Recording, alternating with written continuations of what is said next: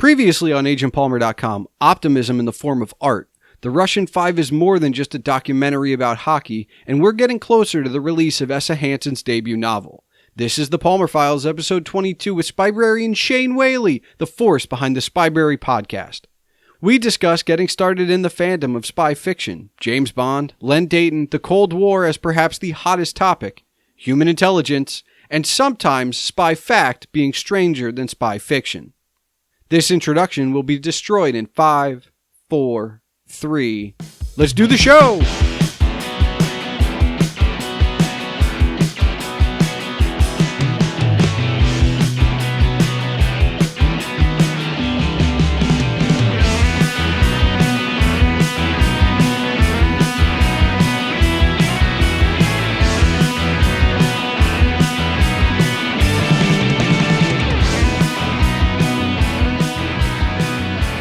Hello and welcome to the Palmer Files. I'm your host, Jason Stershik, also known as Agent Palmer, and on this 22nd episode is Spybrarian extraordinaire Shane Whaley, host and creator of the Spybrary Podcast.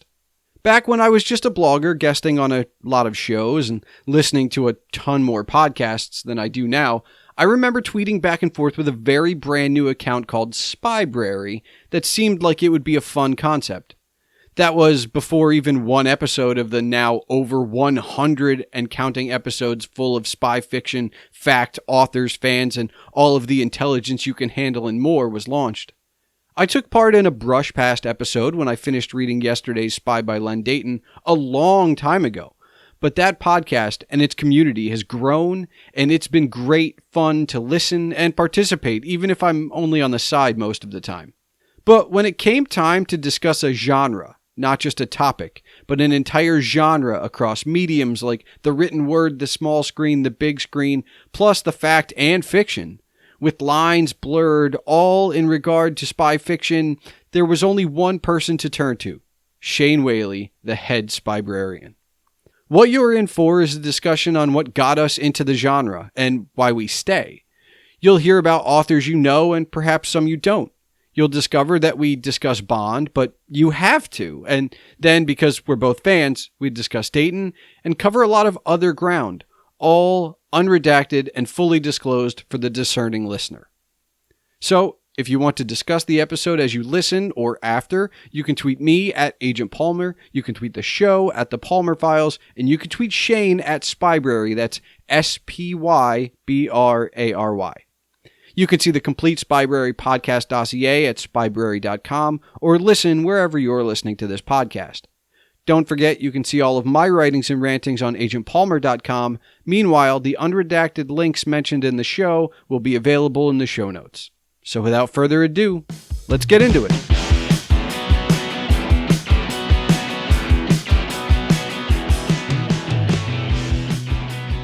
Shane, today I want to talk about spy fiction, and who better than the host of the Spybrary Podcast. So I'm going to softball it for you. What drew you to spy fiction? So if you'd asked me this in my 20s, I would tell you that, or would have told you that I was drawn to the glamour of James Bond, the escapism of Simon Templar, the adventurous kind of spy novels I really enjoyed. But towards the end of my 20s, I kind of got a bit bored of that genre, and I got back into reading political biography, history, economics, etc. So kind of heavy stuff. And then around 5-6 years ago, it would have been around the time that Tinker Tailor Soldier Spy came out, the movie version. So what was that, 2011? Yeah, it was around that time. I watched that movie, and I thought, I really miss reading spy books. And I picked up a Le Carre. Now, I tried to read Le Carre in my 20s, and he's the anti-Bond, right? I mean, you can't get more further away from James Bond than a John Le Carre novel. And in my 20s, I remember picking up A Small Town in Germany, a Le Carre novel that I just, I think I gave it 2 chapters. I'm like, this is above my head. This isn't what I've signed up for. No one's died. No one's taken anyone to bed. No one's jumped in a fast car, whatever, right? I couldn't get into it in my 20s. And then, a few years ago, I really enjoyed Le Carre. And when I realized he had 20-odd books, I thought, wow, I've got a lot of catching up to do here. And through reading Le Carre, I went through his whole back catalog, and I just couldn't get enough. And the really cool thing about spy fiction is you ask people on the street about spy books, and they will give you James Bond, for instance. Maybe now they will give you kind of, what's his name? Ryan Clancy's Jack Ryan. Yep. All of that stuff. And for me, when I started the Spybrary podcast, like I thought I had a good understanding of the landscape for spy novels. I knew nothing. The suggestions I get from the Spybrary listeners on our Facebook group, I mean, there are so many great writers out there that I was not familiar with. And not just from yesteryear, not from what I call the glory days of espionage writing, which I think was during the Cold War years, but even contemporary writers today like Mick Herron, Charles Cumming, Jeremy Duns. I was not aware of these people. So I thought, wow, I'm hosting this podcast, Spybrary, and I probably read like 1% of the good stuff. So that opened up a lot of doors into reading. It's cost me an absolute fortune in terms of my collection, but I can't think of anything better to spend money on than spy books, quite frankly. So very much spy fiction. Of late, I have kind of moved more into, certainly this year, into the nonfiction side as well, and I'll explain a little bit more about that as we go on. But yeah, so the podcast came about really because I wanted to interview authors. I wanted to interview fans of other authors that I wasn't aware of and really delve into this, rich tapestry, if you will, of fantastic spy writing that's out there and help people discover great spy novels. So when you're talking about in your 20s, obviously you were talking about reading Fleming, but what influence did the movies have on you?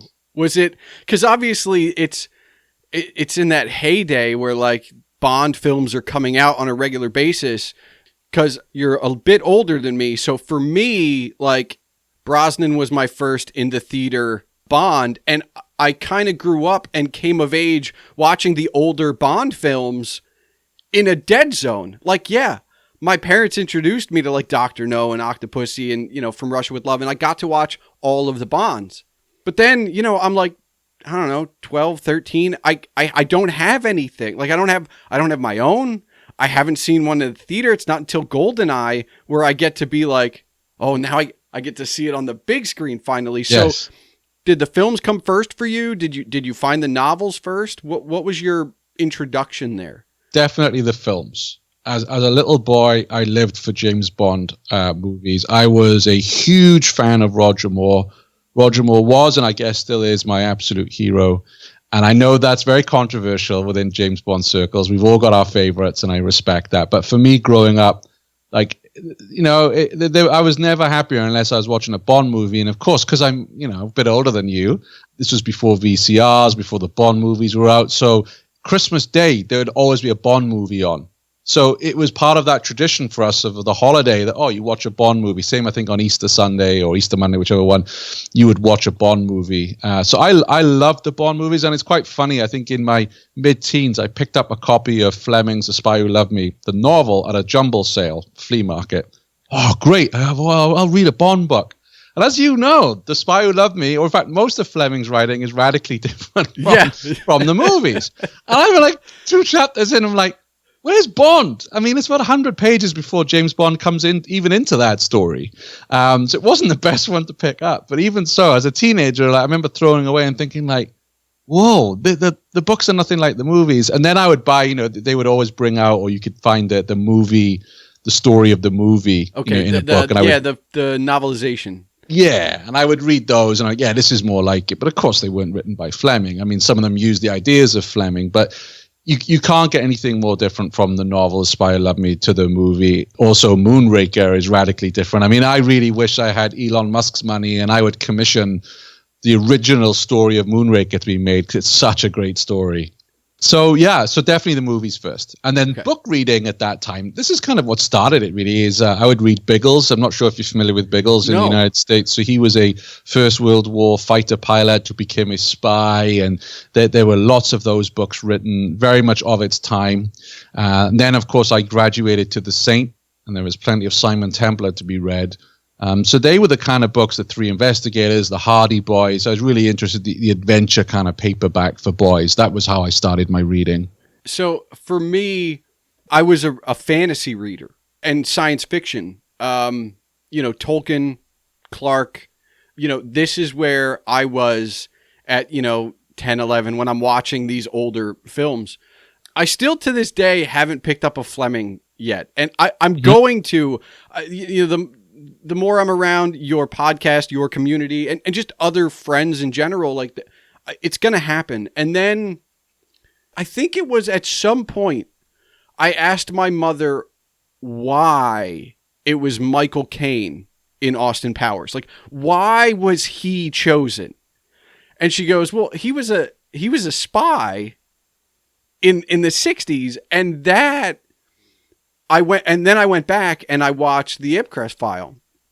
And then I watched, I think it's $1 Billion Brain is the next movie. I'm not sure. I watched all of the Palmer movies, and it just so happened that I fell in love with these. I just absolutely fell in love with them. And I went, all right, well, I know they're based on a book. Like these are things you just know. So I picked up Ipcress File and I read Deighton, and that was like, all right, well now I'm going to read through all of Deighton. And this is only in the last 8 or 9 years. So when it came time to name the blog, I was like, well, I'm going to be Agent Palmer. That's easy. It's nondescript, so I can still write about anything I want, but it still works. And so I actually had to stop listening to your show because you kept talking about Bernard Samson as one of your favorite Deighton spies. And I've been diligently reading through Deighton's entire back catalog, which means I haven't just read the spy fiction. I've read the historical fiction and the nonfiction. My next book is the first Game Set Match. My first book, my next Deighton book. I'm finally getting to Bernard Samson. But you guys kept talking about him so much and with spoilers, and I was like, I have to stay away. Like I can't, because I want to be surprised. And the other part is Deighton's not the only author I'm reading through. So, as an example, the book I'm reading right now is called Girlfriend in a Coma by Douglas Copeland, right? And if you're not a fan of Douglas Copeland or you don't know who he is, that's fine. But I am a fan of the Smiths, so I know where that title has come from. Okay. So one of the things about my reading of these authors is I don't read the back cover. I just take the next book that was published. Girlfriend in a Coma, I'm reading, and it's about a girlfriend who goes into a coma for 17 years. And she gives birth because the night before she goes in the coma, she has sex and she gives birth 9 months later, which apparently is not unprecedented. And then I was going to tell my friend about the book I was reading, and I read the back cover. Now, to me, as I'm reading this, it's a surprise that she gives birth. Yeah, it's in the paragraph on the back cover. But I got this wonderful, super surprise that I wasn't expecting. So for me, with the Deighton novels, I never know what I'm getting at all. I get the title. I know because I've listened to you guys. I know Bernard Samson's coming next, but I have no idea what to expect. And I'm jealous. I'm not gonna read the back covers. I'm not gonna read the inside flaps. I'm just gonna when it comes up in the rotation and it's time, I'm gonna read it. I wish everybody could do that with these books. I can never read the Ipcress File again for the first time. It's still up there for me as one of my top favorite things. How did you think it compared to the movie? It's different. It's one of those. So one of the weird things, especially about spy fiction, is that they take whenever a movie goes to a book goes to the screen, it feels like they take 3 beats and that's it. We're going to take the character, we're going to take the turn, and we're going to take the villain, and we're going to make everything else in between up. That's what it feels like, because I had watched the movie first, right? So the movie was in my head when I picked up the book, and I'm reading this book that is about the Cold War and about nuclear powers, and it's globetrotting. that the movie doesn't really do. So there's all this extra stuff, and at a certain point, you just have to put it away. You just have to compartmentalize. This is not even that they share the same characters in terms of characterizations. They share the same title, and that's where they end. It's interesting you say that, because for me, 9 times out of 10, the novel is always better than the movie, right? Because they go into more detail, there's more depth, you really invest in the characters. But for me, I actually felt the movie of Chris was better than the novel. Okay. I enjoyed the movie more. Now, the others, like $1 Billion Brain and Funeral in Berlin, I think the novels do eclipse them. As much as I love Funeral in Berlin, that's like right up there for me. That is a movie I will never tire of watching for several reasons, but love that movie. But actually, Ipcris File, if you said you can either watch the movie or read the book, I'd watch the movie. To me, they're so different that I feel like they might as well have different titles. Yeah. Because I think I like the book more because it is that extra Cold War nuclear power thing. The brainwashing in the movie is fun, and it's an amazing element. And to think that they did that in the 60s, and it was like, well, how did they shoot this? Like that kind of stuff. But yeah, to me, they're just so separate. But that book, I absolutely love that book. We've touched a little bit on Bond. He's like the big guy, right? Like, I feel like I'm the guy in the corner that when it doesn't come to your community of spy fans is like, hey, what about Palmer? And it's not even like that's because it's my name. It's like, no, I mean, as a film franchise and as a series of books, the Unnamed Spy series, like that's been fun. Even Bernard Samson, like maybe because he doesn't get like that big blockbuster movie, like Bond is it until we get to, say, like Jack Reacher that you mentioned, or Jason Bourne. It almost feels like these characters for the big screen need that massive current motion picture in order to be relevant.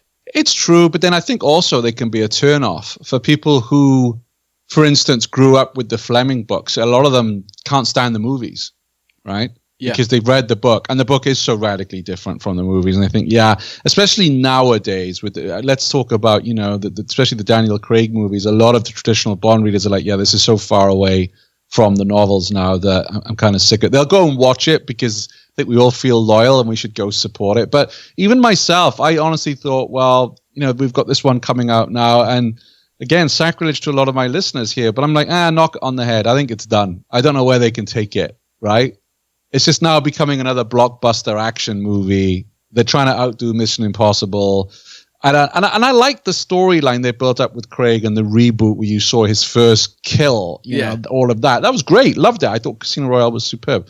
But now I'm like, okay, where do they take it next? And I wouldn't be sorry for them to say, look, we've had a good run. We're done. See, and I mean, I know everybody, I know there's people within my circle that are like, James Bond's a Time Lord.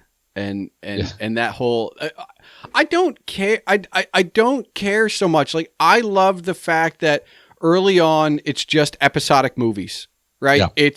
It's villain of the week on the big screen. And I'm okay with that. And it was kind of one of the things that it's one of my detractors from the Craig series is I don't need these movies to be connected. Yeah. I'm okay with a villain of the year, so to speak. Yeah. It's like, all right. What am I getting this year?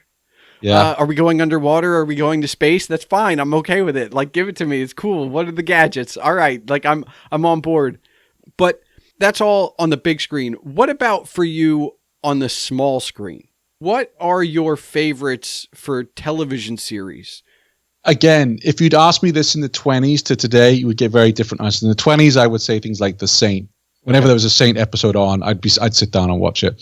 Now, for instance, we've just recorded our second roundtable on the Sandbaggers. Are you familiar with the Sandbaggers? Only in that it exists because I did listen to your first. Right. It's one of those weird things where in the States, finding legally or illegally some of these things is either easy or like a needle in a haystack. So some of it, it's like, I don't even know where I'd watch that. Yeah, no, absolutely. It is available on certain channels, should we say. I have it on DVD because for me, again, it's made the transition. This is not a action-led series. A lot of the scenes are at Whitehall, government offices, SIS offices, there's politics, there's dialogue, but the story is compelling, the story is realistic, it is of its time during the Cold War and the machinations that went on, within government itself, and it does pose a lot of questions. There's one great episode, I think it's called It Couldn't Happen Here, where they start off the CIA guy in London who's friends with the SIS officer, head of station there, and he's like, yeah, the FBI did Kennedy. Us CIA guys can't stand the FBI because we know they did it. And then, the Brit guys like, well, it would never happen here. And then, of course, later in the episode, we find that a cabinet minister is outed as being a KGB agent. The prime minister won't ask him to resign. And the guy who criticized the Americans is like, we have to take him out.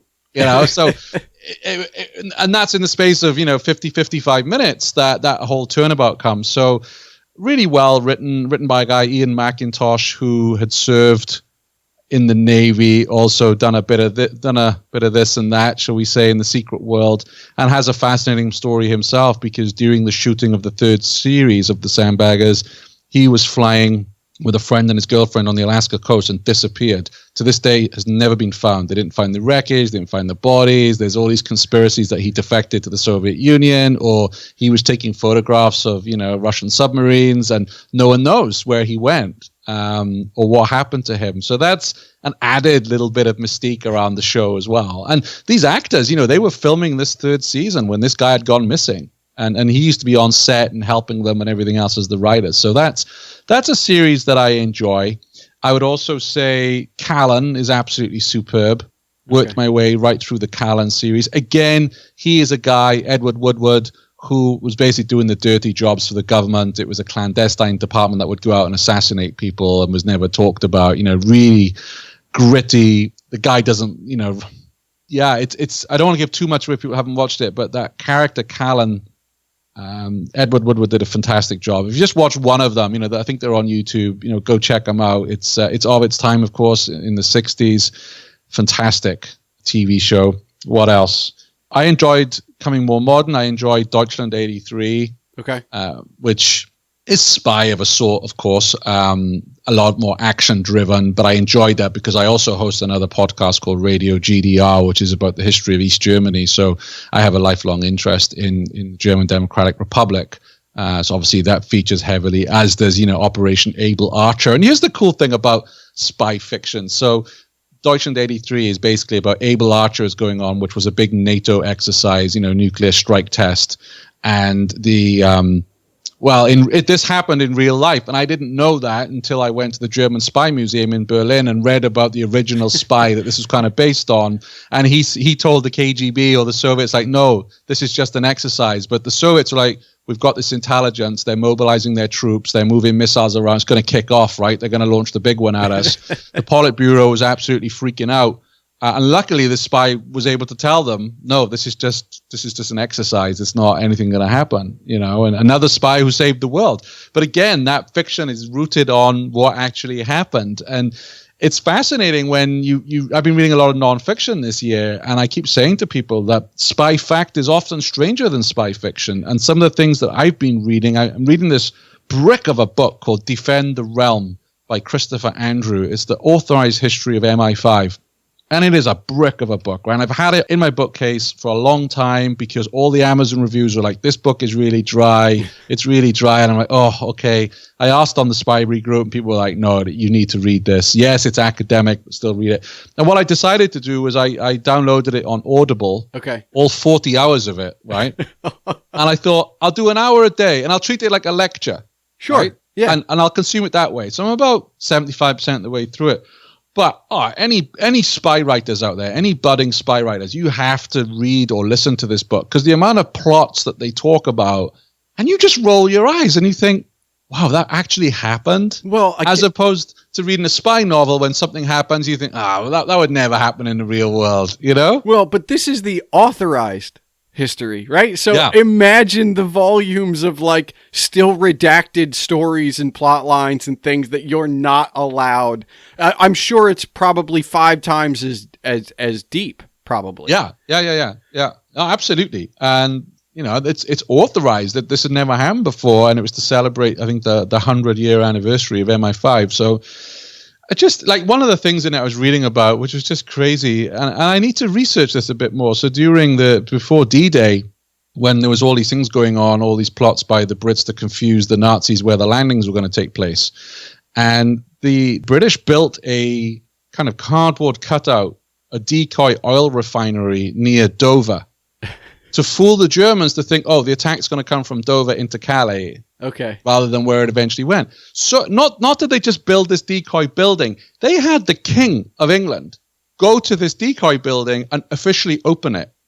In order to keep up fool appearances. The Germans. Yeah. And you're just like, oh, if you read that in a book, right? You know, if Dayton had written on the King went to open the, cardboard cut out of an oil refinery, you'd be like, oh, come on, that's pushing it a bit. But then you read it in these books and go, wow, that actually happened. It's incredible. And that there are so many things that have gone on in espionage history, and I just think, wow, if I was a spy writer, I'd be all over this book because there's so much inspiration here. And it was the same. I just finished watching The Spy with Sacha Baron Cohen. Okay. Which was based on the real life spy Eli Cohen for Mossad, and he went into Syria undercover. And there was a movie made of this a few years ago, and I watched that, which I enjoyed because it was something I'm not familiar with. I'm not well read up on Israeli intelligence. And then I watched The Spy. It's 6 parts on Netflix. I thought they did a fantastic job. But I thought, well, how much of this is true? Sure. And how much was adapted, right? Because I'll give you an example of it. At one point, so Cohen gets taken to the Golan Heights where the Syrian defensive positions are. They're all underground. And part of his job, his assignment, is to find out where these defensive positions are so that Israel can bomb them. And he's like, wow, he said to the soldier, it's really hot here. And he's like, yeah, and we don't get any shade. And because he's a businessman undercover, he sends all these eucalyptus trees to the front so they can grow them and have shade, right? So, of course, what happens 2 years later? The Israelis are like, well, where those trees are, that's where we got a bomb. And again, you read that in a book and you go, oh, who's that dumb? But no, that's what actually happened. And I'm doing a lot of research right now. I want to produce an episode about what in The Spy was actually true. And I have to say, the vast majority of that adaptation is actually based on fact. Incredible. Do you find yourself, I mean, now, as these things are coming together for you, are you drawn more towards the nonfiction side as like these things, they appear more fantastical and, they are slightly unbelievable? Is nonfiction kind of getting a new shine for you?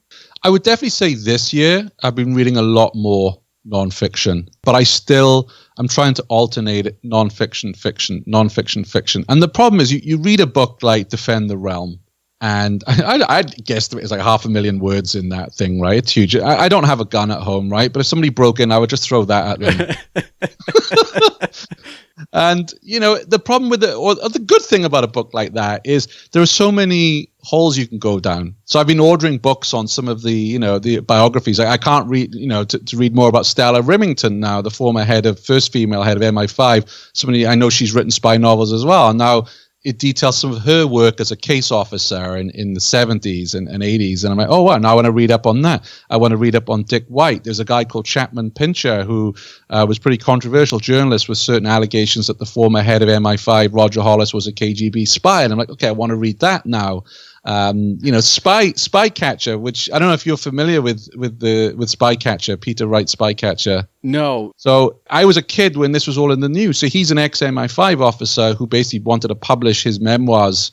Well, not memoirs, but a book on his time in MI5. He was a real conspiracy theorist. And he also alleged that the head of MI5 was KGB. And I remember it in the news growing up because this must have been mid-'80s and the Thatcher government was trying to ban the book. And he ended up winning a court case in Australia, so it was published in Australia. But everyone basically admits today that book is so full of holes and tinfoil that it's not worth reading. But now I'm like, well, now is the time I'll go read that book. Well, yeah, because you can even put that spin. I mean, treat it like fiction then. It's fine. Yeah. Like, whatever it is. Look, we've been hovering around one piece that I want to cover. Yeah. Is the Cold War the piece de resistance of spy content? Is there, because obviously we get some stuff in modern times and there's some stuff that happens before it, but all of the things that I end up really, really putting like in my top 10 is all Cold War related. Is that the end all be all? Like, yeah, there's things that will come up here and there, but the Cold War is it for espionage. So for me personally, I would absolutely agree with you. Majority of my reading is Cold War related. And I do find it hard to read books that are set in modern times. And I'm doing that. I just read a book by Dov Alfon, really good book called A Long Night in Paris. And I thoroughly enjoyed it. It was a good story, good characters, compelling, twisty-turny plot. I enjoyed it, but I kind of have to be dragged into the 21st century and it's the same with movies. Like I have a hard time, like I watched the Rhythm section on the weekend with Blake Lively. I have a really hard time watching modern stuff. I'd much rather go back to my back catalogs of Callan or Sandbaggers or The Saint or whatever and watch those Cold War, era TV dramas and movies than what comes out today. I find that even, I'll give you a good example of that, Killing Eve. Okay. Huge hit. And I've only just now started watching it because I'm kind of like, it's modern. It's not really Cold War, etc. But, there was a great Cold War. There's a lot. Like I've got Cambridge Spies here that there was I think it was BBC who made that. And I want to go back to that, because of what I now read in Defend the Realm around Philby and co and to read it. So for me, I think the Cold War is all the ingredients. There was, just so much going on in that history, all the world was involved, all the different theaters. And I think also what's really interesting about that writing is the lack of technology. So you read they masquerade as spy books, right? Let's be honest. Your Brad Thors, your Mark Greenys, all these bestsellers you see in bookstores today, they're crammed with technology and very little human intelligence. Whereas back in the Cold War, they didn't have drones. Yeah, they certainly weren't. It was all human intelligence. Yeah. Yeah. All right, James Bond had his gadgets in the movies, don't get me wrong, but you didn't really have them to that extent in the books, and that's what makes the books appealing as well. But yeah, that's human intelligence there. And for me as well, I think, you're stuck behind the Iron Curtain. The Americans are not flying in a load of gunships to get you out. Like you get caught behind the curtain, your chances are you're going to get executed or you're going to do a long time in some horrible jail. Yeah. So I agree with you. So, I mean, that's all heavy stuff. Yes. But spy fiction or espionage has a rich comedic history as well. I mean, Austin Powers is just probably the most modern take. But, I'm thinking my first introduction to spies is a toss-up. I'm not sure what came first. It's either James Bond or Get Smart. Right. I'm not sure which came first, but they were both very much around the same time, and I ate Get Smart up, even though I didn't have the knowledge and background. Like, by the time I watch Austin Powers, I've watched all the Bonds, so I understand the source material. I didn't understand the source material when I was watching Get Smart, but I absolutely ate it up. Yeah. Yeah. Where do you fall as far as, your favorite comedic looks at the genre? I have to be in the right frame of mind. And I think that was where I kind of struggled a little bit with Killing Eve. It is actually very humorous. It's a very humorous show in parts. And I kind of struggled with that a little bit. Because if I'm going to watch Austin Powers, I know what I'm in for. Okay. I'm like, you're either comedic or you should be hard-hitting, cold drama. So, for instance, one of my guilty pleasures is the Casino Royale from the 60s. Yeah. With David Niven and Peter Sellers. Yeah. And I know what I'm getting. I know it's a farce, right? But I enjoy it. I mean, come on. Who doesn't like bagpipes that turn into machine guns? Come on, right? No, that one is superb. I mean, that is absolutely amazing. But there's, and maybe we don't consider it humor on the same level, but in all of the Bond movies up through Craig, there are some zingers as one-liners. Yeah, and you would argue, or one of the criticisms against the Moore era, the Roger Moore era, is that he played it with too much humor. And I think there is a lot of argument to that. He definitely was the most humorous, light-hearted Bond. Because if you watched an interview with Roger Moore, they said, well, how did you make it different from Sean Connery? And he said, well, if you think about it, Britain's most secret spy walks into any bar worldwide and the barman knows what he drinks. So I kind of played it with that attitude. And there are moments, certainly in Fear Eyes Only, where he's a colder, when he kicks the guy off the cliff, Locke.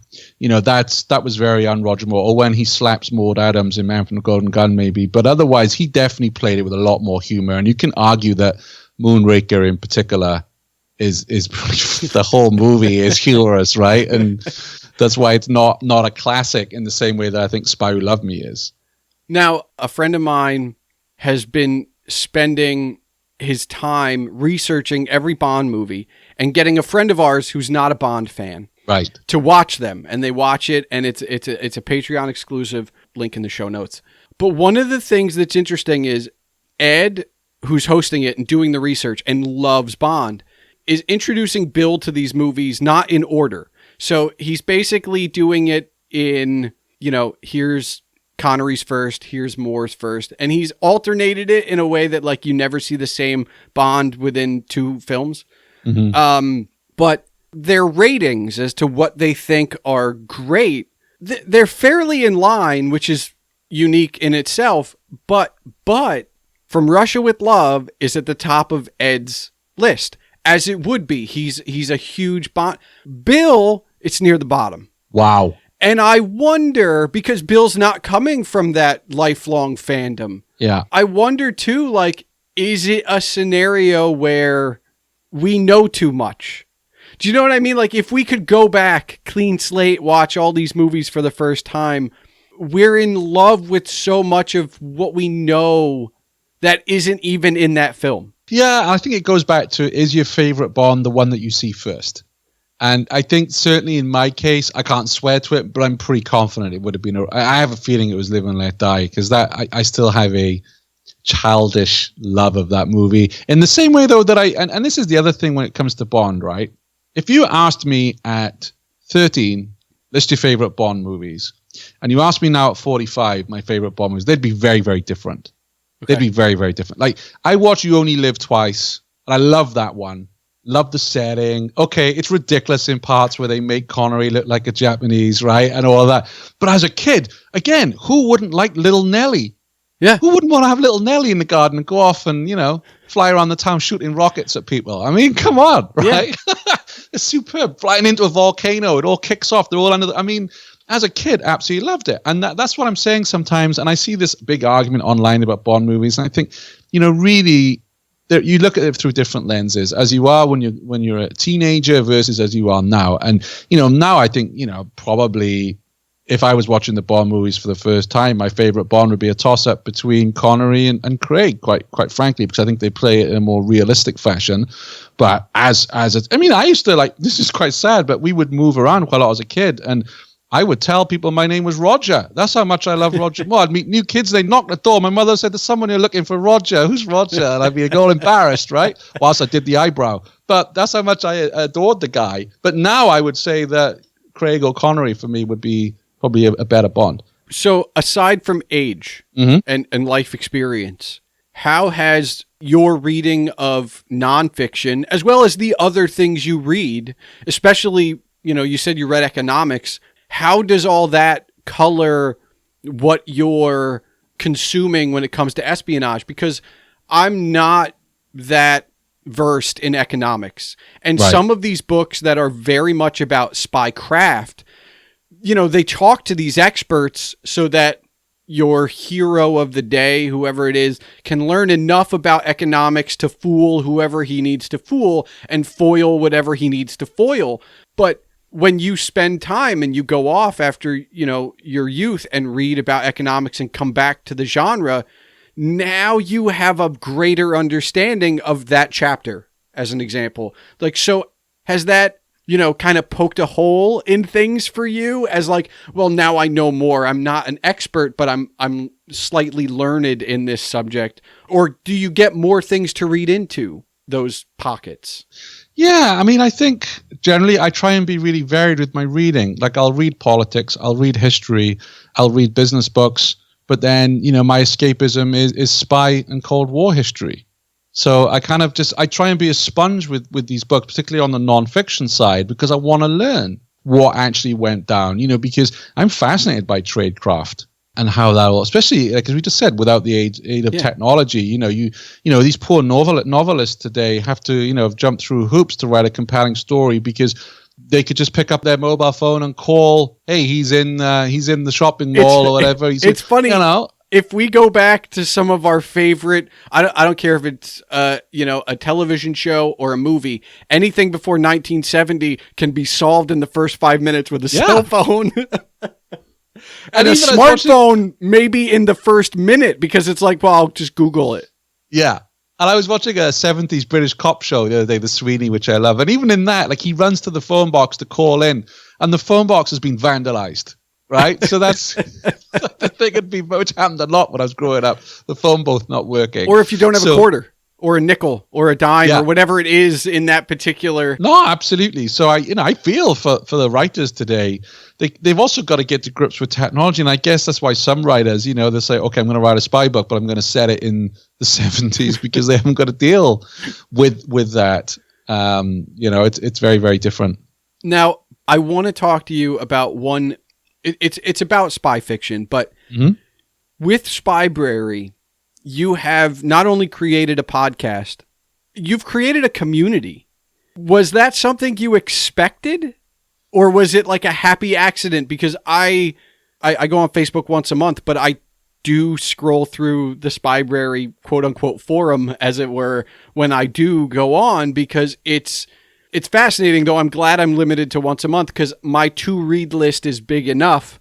Yeah. And I'm going to get through these Daytons. Like there are other things I'm reading, right? But like I'm going to get through these Daytons, and then I will open it up and probably scroll back through and whatever. But like, that community is so supportive, and so I don't think you could have cultivated a better community if you had like picked all the pieces yourself. So what has that been like?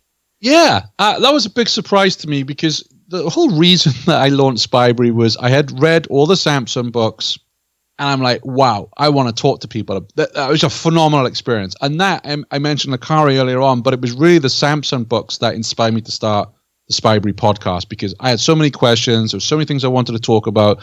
I'm jealous of you because you haven't read any yet, and you're about to get on a white knuckle ride roller coaster. Yeah, it's 18 novels that I'm in for? No, there's 9 Bernard Samson novels, and then there's Winter, which is a prequel, which is worth your time reading when you've done the 9. Oh no! I mean, listen, I've read all of the nonfiction. I read Airship Wreck. I'm reading all of Dayton, right? So nothing's getting skipped. I can't wait. No, absolutely. So there's 9 of those, and I'm going to pick my words carefully here because I don't want any spoilers, but yeah, I'm going to leave it there. Maybe we can chat either on Spybrary or back here once you've read all the Samsons, and we could do a roundtable. Get Rob Mallows on, who runs the Dayton Dossier website. Sure. He was on episode 1. Yeah, roundtable could be fun on that. Maybe I'll need to read them again. They're also fun to listen to on Audible, by the way. Okay. They're very well done. Anyway, I digress. And that's why I set up the podcast. And I thought, I want to talk about Samson. I want to find other people out there. And I'd had conversations with Rob at Dayton Dossier, who very kindly came on episode 1. And it kind of grew from there. Now, I did put some rules in place with the community. And I would really advise that anyone who wants to create a Facebook community or online community to do this, is I just said, right, no discussions on modern day politics. Your posts have to be about spy books, movies, and TV. Like, I won't tolerate anything that's outside of that, because once you do that, like, we had a couple of people, the 2 toxic words on the group, Trump or Clinton, and I had to kick people out because they kept bringing that up. And then, you know what it's like. Someone puts a pro-Trump post up, the Hillary people come out, and I was like, you know what? This is not what this group is about. I don't give a toss what your politics are. As long as you're interested in spy lit, Spy TV, you're welcome. So we're really strict on that rule, and I think that created a safe environment for people to come on and just chat about the books they'd read, and it's phenomenal. There are lots of posts every day. I have discovered a lot of new authors for me. I just read The Dolly Dolly Spy that was written in 1967 by a guy called Adam DeMint. He was in his early 20s. He wrote 4 books and disappeared. Talk about Austin Powers, and that was written in 67. It was certainly not non-PC, but a really fun, quick read. Like, I wouldn't have discovered that. I wouldn't have discovered Jeremy Dunn's, Charles Cumming, Mick Herron, who is a phenomenal, talk about modern day spy writing. Mick Herron of the Slow Horses series is absolutely phenomenal reading. But again, I've had Mick on the show, and he says he was very inspired by Len Deighton. So a lot of these modern day writers are inspired by the greats. And, we've got a couple of, shall we say, how do I word this correctly? Of a certain vintage, a couple of Spybrarians of a certain vintage who come on, and they were so lucky because they were reading the Flemings as they were coming out, or the Modesty Blaze as they were being published. Sure. I'm playing catch up. If you go in my Spybrary next door here, I would say 90% of the books I have were written in the 60s and 70s, because that for me is the golden age of spy fiction. Cold War era spy writing. And I'm starting to read a bit more modern stuff, but I'm playing catch up here. The Charlie Muffin series. So are you familiar with Charlie Muffin? Yes. A little bit. So that whole series, they were like, I think 14 books written. And there was a movie made of the first one, which I love. I'd never heard of him. Now he's one of my favorite spies. And I'm, with Charlie Muffin, I said, okay, I'm going to read one every 3 months. I'm not going to do what I did with Deighton and fly through the whole lot or with the Carre. I'm going to really savor these. But what that means is then when good stuff is coming out today, I'm finding it hard to get to it because I'm still stuck way back in the 60s and 70s. Well, and so for me, Douglas Copeland and Len Deighton are two authors. I'm currently reading everything they ever wrote. And, I read, and when I have a rotation going, so I don't, same thing, so I don't go too far. Yeah. But what it means is, Copeland's got, I think, 7 or 8 more books for me. The one Girlfriend in a Coma, which I'll probably finish this week, was published in 98, right? Deighton, I'm on Game Set Match now, so that 70s, early 70s. So like I'm playing catch up there. 80s. He wrote those in the 80s. Okay, 80s. So for those two authors, I'm not even in this century yet. Yeah. And then what happens is, because I alternate those with other pieces of maybe, nonfiction, you can't read nonfiction, and you know this better than anyone, you can't read nonfiction without adding 3 more books to your list. It's just how it works. So I'm excited that I'm going to have some hard decisions in maybe a couple years when I finally finish the Daytons, and it's like, all right, what's next? Because I'm not going to stop reading spy stuff, but I'm also just kind of like, well, I'm never going to catch up. Like I mean, clearly I'm never, because I read so vastly different things, and I'd like to call myself a well-rounded reader. I'm really not. Like I'm well-rounded for me. Like I haven't gotten back to, I want to get back to science fiction, which I haven't read since I was a kid. And I want to get back to fantasy, which outside of maybe rereading a Tolkien, and I'm reading through Terry Brooks's stuff, I haven't really gone elsewhere. So like there's so much, you're always going to be behind. No, you're right. And I buy these books. I hit a lot of used bookstores, and I buy these books because my view is, should I be lucky enough till I live until my 80s? I'm going to read these in retirement, so I'll buy them now. Sure. And like probably 60% of the books I have in my Spybrary I haven't got to yet. Just like, I'll buy that now. At some time in the future, I'll be retired, and I'll just drink tea and read all day long. That for me is the dream, right? And that's why I do it, and I buy these books. And you're right about going down rabbit holes, and I'll give you a really good example of this. So I'm reading, obviously, Defend the Realm, and there was a British cabinet minister, John Stonehouse, and it later transpired he had been working for the Czechs, the STB intelligence, right? So he was basically on the payroll of an Eastern Bloc country during the 60s, working for the British government. So he ended up going to jail for fraud, and a heck of a story. Again, stranger than fiction. But the reason I bring it up today was he wrote 4 spy novels, and he wrote one called Ralph. And apparently, it was voted as like one of the worst spy books ever written. And a lot of people saying, well, we kind of think it was biographical, and there was a scene in there of how he got seduced to work for the Czechs. What have I done? I've gone on 8 books. I've just ordered Ralph, even though I've been told that it's really bad. I'm like, no, I want to read this now. I'm intrigued. What was John Stonehouse's writing like? And it's so funny how quirky turns we can take. You're not always going for the big classics. It's just something that will pique your interest. And that's the phenomenal thing about espionage is there's just so much history out there, so many stories, things you can read up about that it's just continually fascinating to me. This isn't, like I say, in my 20s, it was all about James Bond and Simon Templar and people like that. Now I want to read about these other guys. Also, you talk about movies. The Lives of Others. I'm not sure if you watched that movie, No. German-made movie. One of my favorite kind of spy movies, all set in East Germany. Really, really well produced, well acted, good storyline, but chilling in terms of surveillance by the state on its citizens. The Spy Who Came In From the Cold, mid-60s, that was released in movie format. Not a happy movie at all. No. Not a happy movie. But Burton plays Alec Leamas superbly. It's well directed, good script, right up there. My two favorite spy movies is Funeral in Berlin and The Spy Coming from the Cold. They're very, very different. They are. But I think for me, I always say to people, when I read Ian Fleming, I want to be a secret agent. When I read Le Carré, I'm quite happy being an accountant. Yeah. Because you read or you watch A Spy Who Came From the Cold and you think, who would want to do that job? The guy goes to prison for his cover. Yeah. It's like, you just think there's no way. And even, reading nonfiction, you're like, yeah, it doesn't have the glamour and the glitz. This is like, I respect all those who work in our security services because I could not do that job. Yeah. I mean, to me, it goes to, you talk about the differences between Bond and like more grounded spies.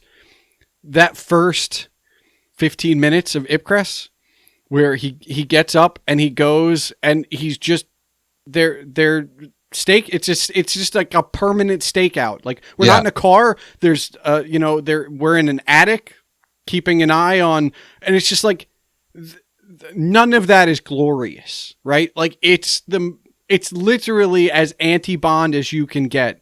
You're sedentary, you're solitary, and nothing much of anything really happens. Yeah. And it's just like, okay. So the fact that this has become even a genre when probably more of the realism is that it's just waiting.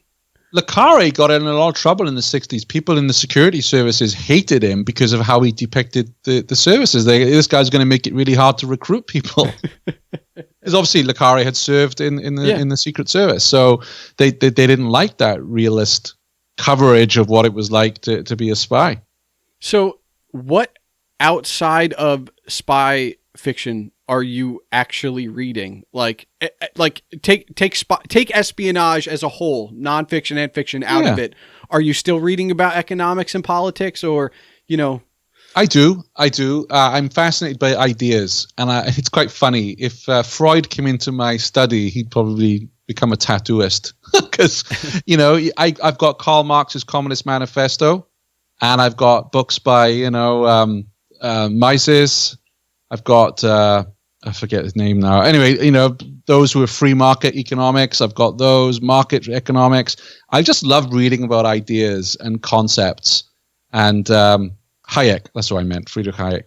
I love concepts and I love ideas. What I prefer is, rather than theory, but this country tried this and this is what happened. Okay. These were the actual results. I'm really into that. It's quite hard to get that kind of data. I love travel books. Obviously worked in the travel industry for 2 decades. Right now I'm reading a book called Stalin's Nose, which was about a guy's journey through Eastern Europe in 1990. Obviously, just after the wall came down. That's a fascinating read. It's a time capsule of a book where you have all these countries that suddenly have freedom and what they were doing with it. So I enjoy that. I enjoy biographies. So I try and be broad with my reading, but generally I can confine it to politics, history. Military history is another one I read a lot of. So I've got to tackle those big Dayton ones that are out there. Actually, it was funny the other day. I did download Bomber on Audible, and I was really surprised that there is an introduction read by Len himself. Oh, wow. I might have to do that just because I mean, Bomber is one of those books that, again, I didn't know what to expect. And it was just, when you find out it's just 24 hours, basically, like it's just one battle from all sides. Yeah. That's Bomber. And it's so amazing because it's the drop in water of a frozen lake. And it's like, well, now we get to see all the ripples. I got it on Audible because I was due to fly to Europe and I was at the gate and it got cancelled. Because whenever I fly now, I'm listening to a podcast or an audiobook. I don't really bother with the in-flight entertainment.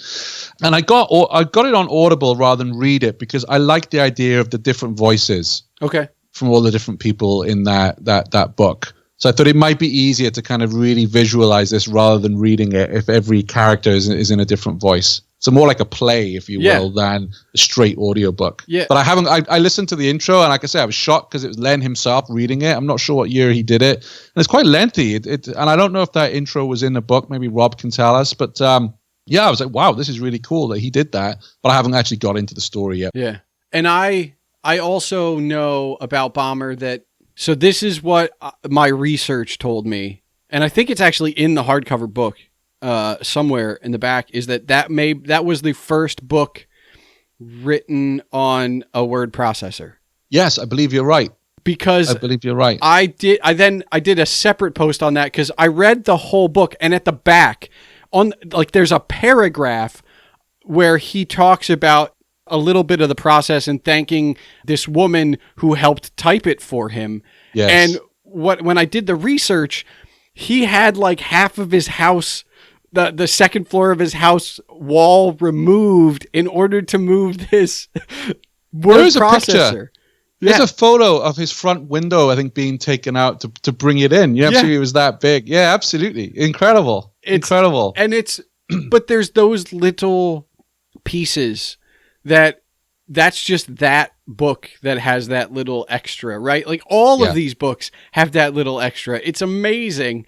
And I mean, I've talked about it on this show before, and I will probably, like, to my dying day, this will be one of the hills I die on. Like, people need to read more. Like, it doesn't matter. Like, if you're still listening, like, spy fiction can be your thing.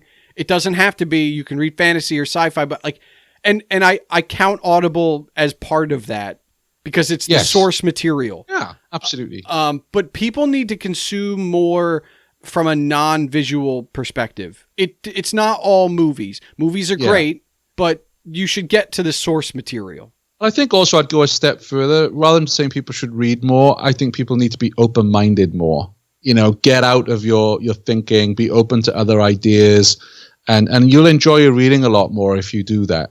I think that's key. And actually, it's interesting that I try and fight my way out of Spy Lit. I'm trying to broaden my reading. And I've just there was a book that came out, because apparently David Bowie was a voracious reader. Yeah. And I didn't know that about him until recently. And apparently when he was filming one of his, or your science fiction man, was it Man Who Fell to Earth? The Man Who Fell to Earth. They filmed it in New Mexico, and he rocked up with like this massive kind of chest of books. And like the whole kind of like the director was like taking the mick out of him and like, what are you doing? And it was in his time he was off the drugs and he was reading or whatever. But there was a book, and it's like, 100 books that Bowie read with notes on each of those books. And I bought it.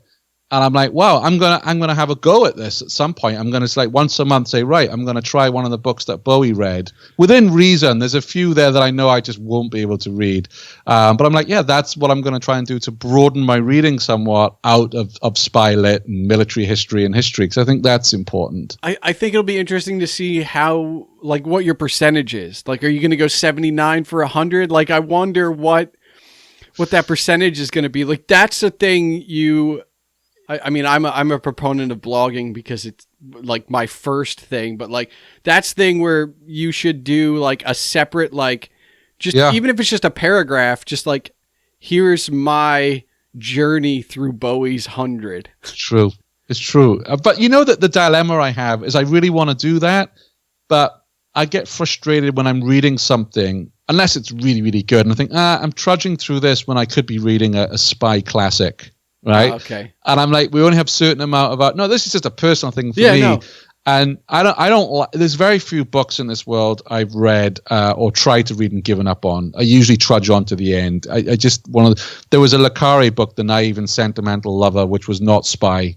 base at all. And I think I got 100 pages in and said, I can't do any more of this. It's just, you can't do it. But then in my mind, I have this conflict, like, yeah, I could be reading a classic from the 70s here instead of plowing through this book. And I think we all suffer that, right? Well, I don't like shining a flashlight on it, but there's one book in the last decade that I hate read. I got like 50 pages in and I was like, this is bullshit. This is no, this is horrible. Like, you don't know what you're talking about. But I finished it. It's the only negative review on my entire site. Wow. So good luck finding that, people, because I've written a lot of book reviews. It is a book review. I'll give people that. But I've been lucky in that Deighton, even like some of the dense history books, and I'll give you an example. Fighter, I thought would be exactly like Bomber. Yeah. It's not. So Bomber is historical fiction of this one battle over 24 hours. Fighter is all about the technology and the history of that technology that went into the fighter planes around the Battle of Britain. And while on paper, Fighter and Bomber would seem very similar, they're not. But there's something about Deighton where I got lucky in that I still read it, like I'm still invested. Yeah. And I've been lucky, but I'm one of those people that we talk about where, like, I'm going to finish this. I started it. I'm going to finish this. It doesn't matter. I can't not. Let's find out what happens. You're also lucky that he has not published another book that I'm told he's finished, which is all about the history and the workings of the fountain pen. I mean, so I read it. Lucky I he didn't publish that one. I mean, he still could. He still could. I mean, he's knocking on a bit now, right? So, but he still could. It would be amazing, though, for me to finally get through. I have a lot more books left. I think there's like 17 or 18 more books left. If I, Did you read Only When I Laugh? Yes. See, that one gets panned a lot, but I liked it. No, I haven't watched the movie. I want to watch the movie. I haven't watched the movie yet, but that book was fascinating because it was the first time I had seen a book where it wasn't in chapters, but each section break was a different perspective, and it was done well. Like, I know, I'm sure people can pan the story, but to switch between perspectives on sometimes it's one page, sometimes it's 5 or 10, but to do that and not overlap, which he doesn't really do, and not forget what the perspective is. Like, it was just an amazing ride. It was almost like watching, pick your sport, right? Like watching a basketball game, but being able to flip between both sets of home announcers. Yeah, absolutely. And you'll find that he did something similar, well-ish, spoiler-free, book 6 of the Samson series. So all the Samson books are told in the first person until you get to book 6. And book 6 is written third person. And it's remarkable because you get to see things or read about things that happened in the previous 5 that Bernard didn't tell us. Oh, okay. Nice. So it's a really interesting device that he applied into his 6th book. Now, I will ask you this before going in. So I just recently finished the Voyage of the Jurel Shannara trilogy by Terry Brooks, and those books were released 1 month apart, that whole trilogy, which means he wrote them all together. I only research my Deighton to what's next, so I don't know beyond that, but for Game, Set, and Match, I ordered the hardcover, all 3 of them together. Yeah. But were they released close together, or were they spaced out? Like, do we know if he wrote this as a series? What I can tell you is he mapped out the whole. Apparently, it's called an ennealogy. Forgive me, which basically is a series of 9 books. Okay. He mapped the whole thing out before he didn't just write one and it did well. Oh, I'll write more. Okay. He mapped the whole thing out, which is remarkable. But in terms of, did he publish anything else in between? I don't know, to be honest. He might have. I mean, I have Deighton Dossier. I think it's the Deighton dossier. It's a book. Yes. And that's what I've been I've just been like, I haven't even read that book.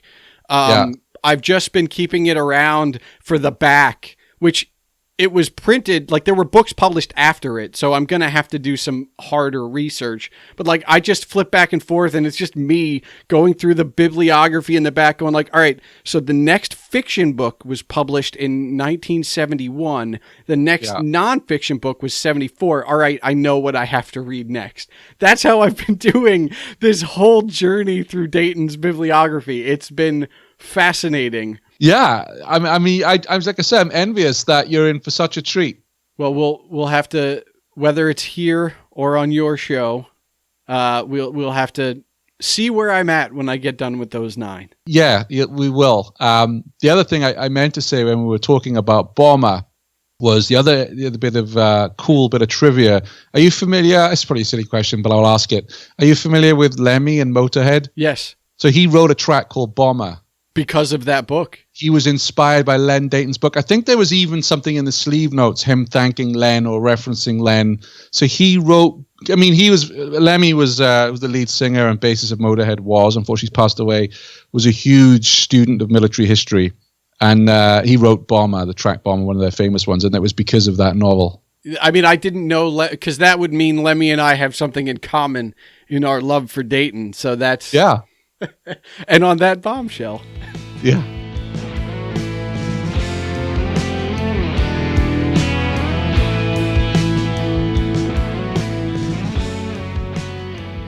Before I forget, for those of you interested in the Ed Bonds with Bill Patreon series that I spoke of, where Ed is peppering Bill with James Bond facts while coming from a place of fandom, whereas Bill, at least at the beginning of the series, only culturally knows 007, save for a movie here or there.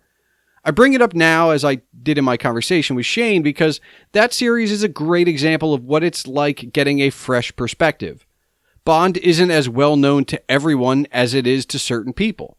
Anyway, head over to patreon.com/wickedtheory and, for just $1, you can listen to that series.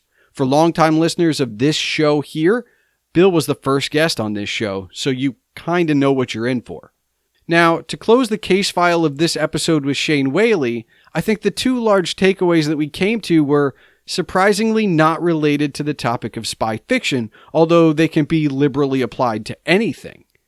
People should consume more source material, and people should keep open minds. And if you're keeping an open mind, you're probably more likely to try out new source material. It's amazing how closely those 2 things can be intertwined. In fact, I believe they speak for themselves.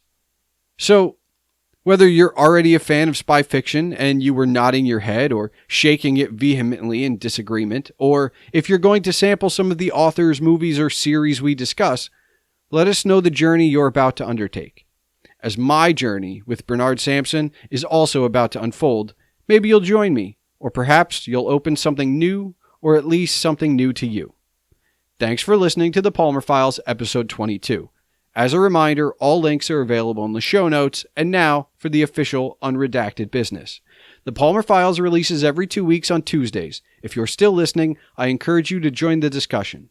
You can tweet me at Agent Palmer, you can tweet the show at the Palmer Files, and you can tweet Shane at Spybrary, that's Spybrary. You can see the complete Spybrary Podcast dossier at spybrary.com or listen wherever you are listening to this podcast. Don't forget, you can see all of my writings and rantings on agentpalmer.com. Meanwhile, the unredacted links mentioned in the show will be available in the show notes. Email can be sent to the show at thepalmerfiles@gmail.com if you have any feedback on this or any previous episode, or if there's a topic or guest you'd like me to consider. You can hear more of me in the meantime on Our Liner Notes, a musical conversation podcast with host Chris Maier, and my other gig as co-host of the Podcast Digest with Dan Lizette.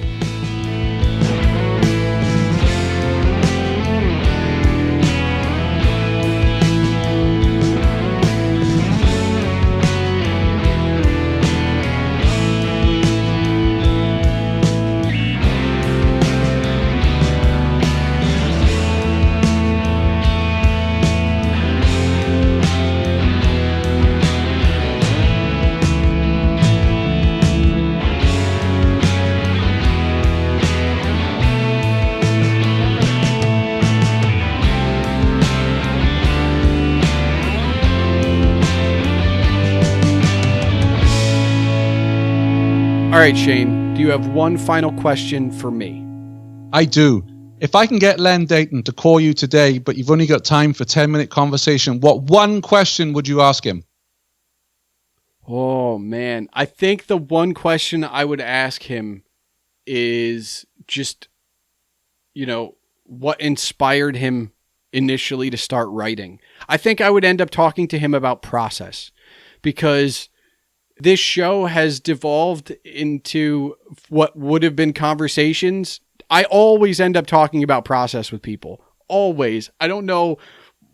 Like, I guess it's something in me that I always wanted to know about, and now I have voice to that, but I would probably end up talking to him about process and writing. And, you said he drew out the narrative, so to speak, for those 9 books. I'm curious about, like, how you have the foresight to do that. And does he just sit down and write? Does he outline everything? It would be about process in some way, shape, or form. And then I'd have a heart attack. Yeah. I've had an email from him, actually. And he's very humble guy. Very, considering the success he had as a writer, he's a very humble guy. I could only be lucky enough to be that humble. Like, I try to be. I'm not very much a, hey, look at me kind of guy, even though, I think you're the same way. Like, we both host podcasts, but we're not like out there trying to get in the spotlight. We're just trying to share something with the world. And this is why Spotify didn't give me $100 million to go move over to Spotify platform, like someone else we know. Maybe we should be a bit more like that. And then we could just sit and read books all day long. That would be great. I mean, that's the life. That really is. It's the dream. That's the dream.